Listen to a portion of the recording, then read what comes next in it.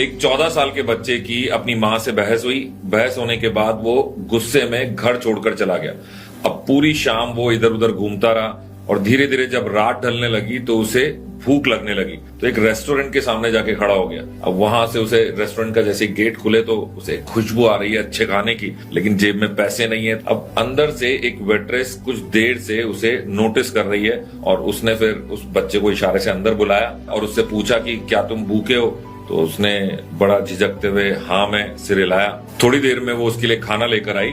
वो लड़का खाना खाने लगा और जब खाना खत्म होने लगा तो उसे अपने घर की याद आई, अपनी माँ की याद आई। थोड़ी देर में वही वेट्रेस वापस आके उसे पूछती है कि तुम थोड़ा परेशान लग रहे हो। तो लड़का झिझकते हुए शेयर करता है कि आज मेरी माँ से झगड़ा हो गया था और मैं गुस्से में घर छोड़कर आ गया, बहुत तेज भूख लग रही थी, I am so thankful to you. और ये कहता कहता वो लड़का रोने लगा। इस पर वेट्रेस ने उसे बड़े प्यार से समझाया कि मैंने तुम्हें सिर्फ एक टाइम की मील दी और उस मील के लिए तुम इतना थैंकफुल, इतना ग्रेटफुल हो, तो जो माँ तुम्हें तकरीबन 10, 12, 14 साल से, जो भी तुम्हारी उम्र है, इतने सालों से तुम्हारे लिए खाना बना रही है, तुम्हारा ध्यान रख रही है, अगर उससे तुम्हारा कोई आर्ग्यूमेंट हो भी गया है तो अपनी माँ के साथ तुम्हें बैठकर उस प्रॉब्लम का सॉल्यूशन निकालना चाहिए था। वेट्रेस की ये बात सुनकर बच्चा और इमोशनल हो गया और सोचने पर मजबूर हो गया और सीधा घर की तरफ दौड़ पड़ा।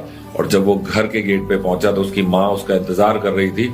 जाते ही अपने माँ के गले लगा तो माँ ने पहली लाइन बोली कि पूरी शाम तुम पता नहीं कहाँ घूमते रहे, तुम्हें भूख लग रही होगी, आ जाओ खाना तैयार है। ये छोटी सी स्टोरी मैंने एक न्यूज़पेपर में पढ़ी और उसे पढ़ने के बाद मुझे एहसास हुआ कि हम सभी लोग अपने किसी खास फैमिली मेंबर से कभी कभी नाराज हो जाते हैं और आर्गुमेंट्स इतने बढ़ जाते हैं कि लगता है कि अब बात करना बंद कर देना चाहिए, जबकि ये वो समय होता है जब हमें सोचना चाहिए तसल्ली से कि उस फैमिली मेंबर ने हमारे लिए, हमारी लाइफ में कितना कंट्रीब्यूशन किया है और उस कंट्रीब्यूशन के लिए उस एक आध झगड़े को अगर हम सॉरी बोल के खत्म कर दें तो उससे बेहतर कोई चीज नहीं हो सकती है।